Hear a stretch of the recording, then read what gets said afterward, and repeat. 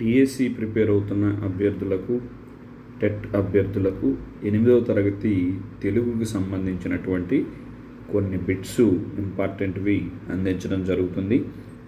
రావ్ అన్న కలం పేరుతో 16 రాత్రులు రచించింది ఎవరు?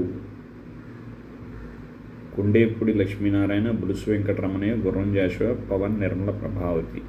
ఆన్సర్ వచ్చేసి బులుసు వెంకటరమణయ్య.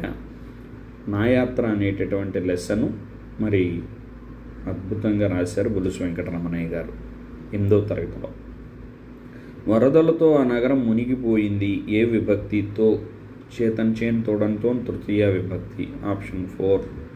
పేరు అనే పదానికి నానార్థాలు అంటే ఏంటి అనంటే నామము, కీర్తి. ఆప్షన్ 3.